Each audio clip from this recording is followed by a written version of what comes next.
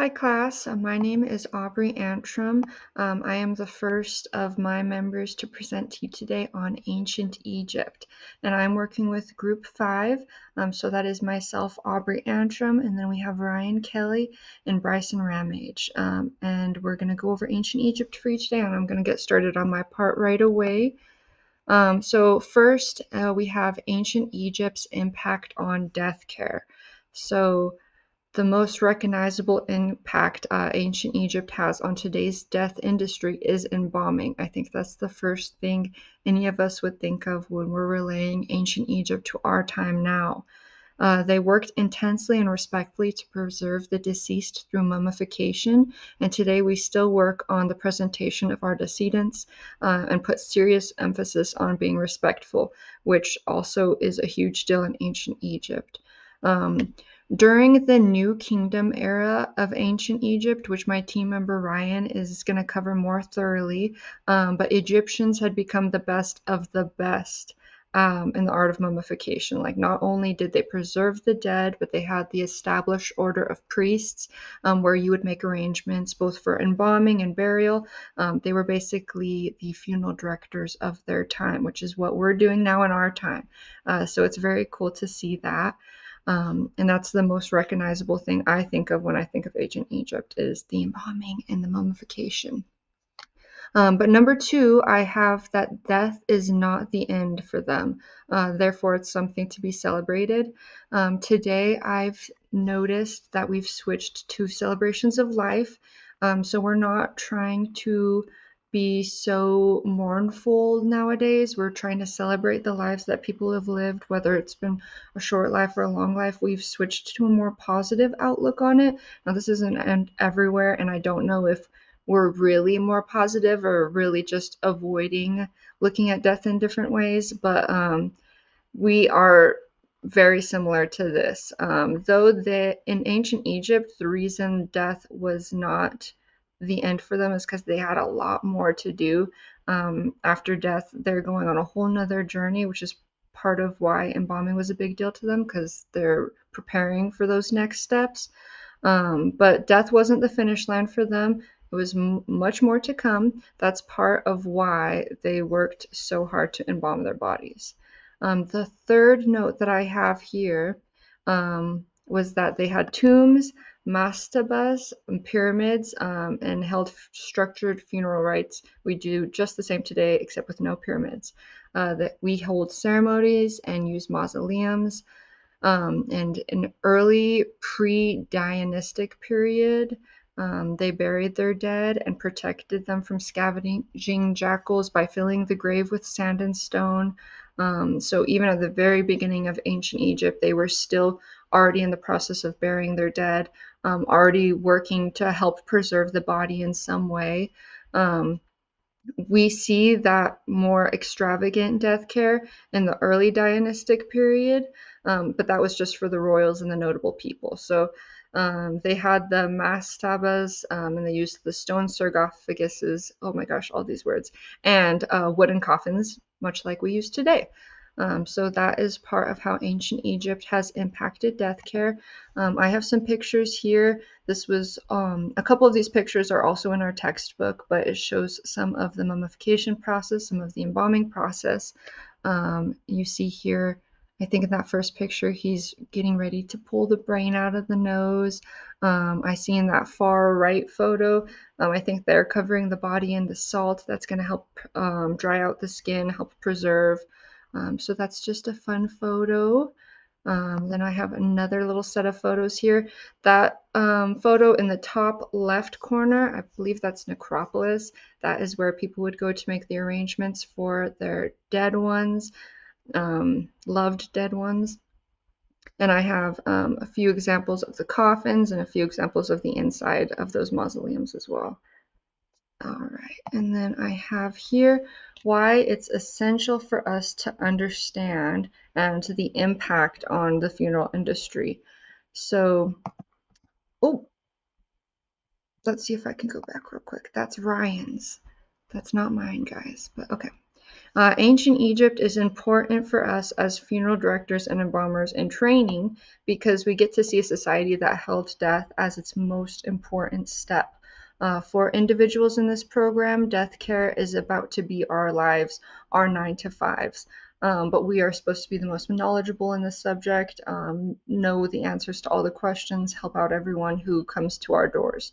It's important to understand this culture just as it's important to understand how people think of death today in our society. Ancient Egypt helped build the foundation of our work today.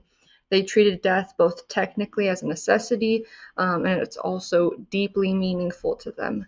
Ancient Egypt significantly shaped the modern funeral industry by emphasizing honoring the body and holding meaningful ceremonies, which influence today's practices like viewings and memorial services.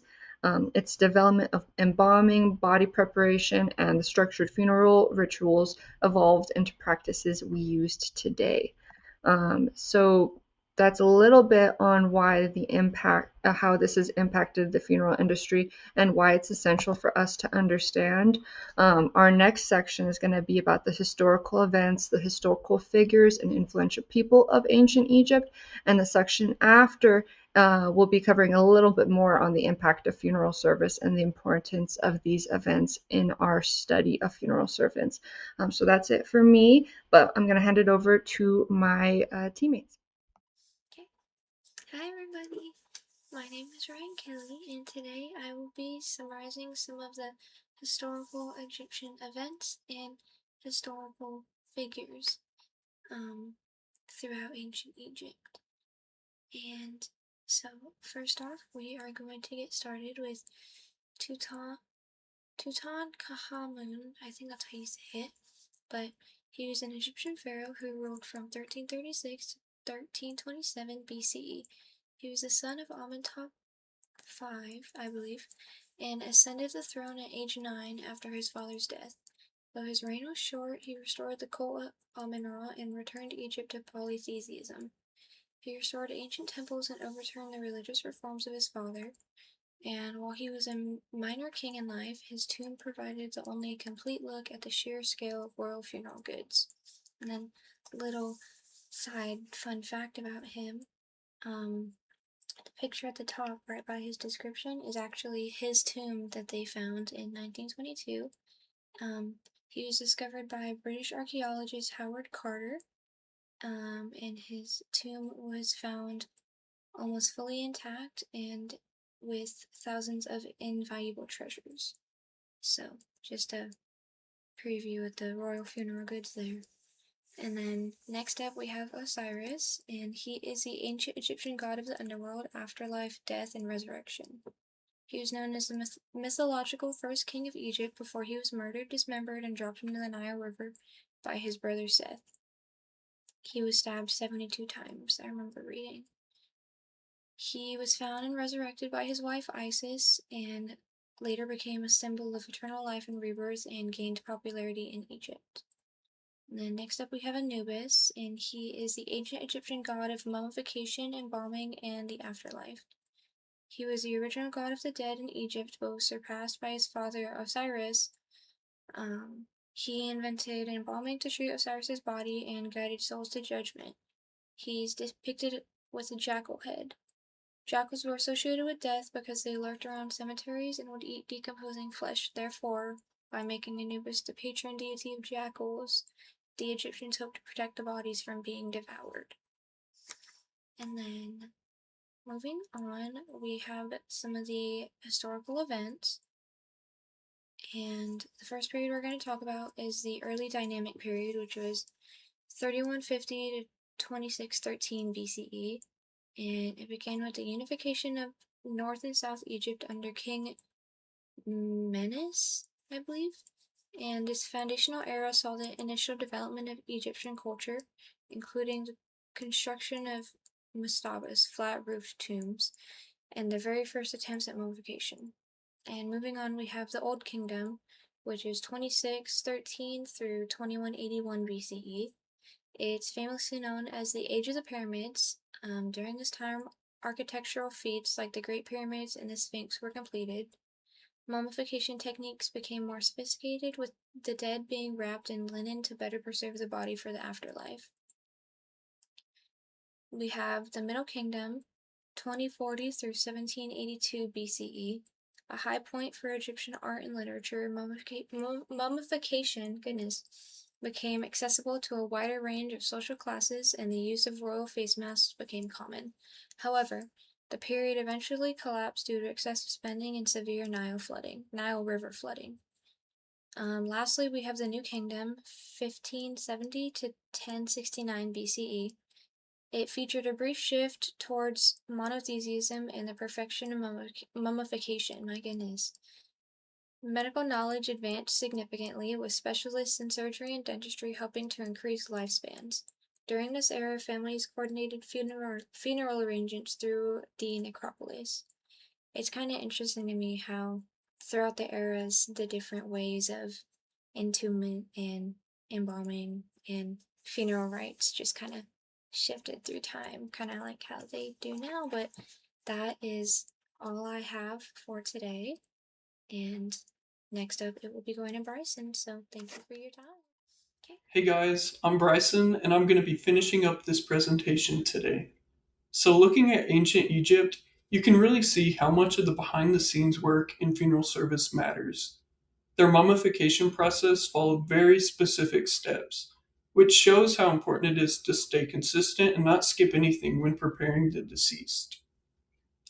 They also had different roles involved, which is similar to how funeral homes operate today, with teamwork. And the fact that they had a dedicated space like a wabet shows that preparation needs to be done in a controlled and professional environment. That's something we still follow today in the prep room. On the other side of it, funeral service is about working with families. Ancient Egyptians had very structured ceremonies and processions, which shows how important it was to bring people together and honor the deceased. In a similar way, today we focus on creating meaningful services that help families through the grieving process. While their beliefs and traditions were different, the idea of using ceremony and structure to support people is still something we carry into modern funeral service today. Our role is to guide families and help them find comfort in a way that's meaningful to them. Ancient Egypt really laid the foundation for how we approach death care today. They showed the importance of honoring the deceased, preserving the body, and creating meaningful practices around death.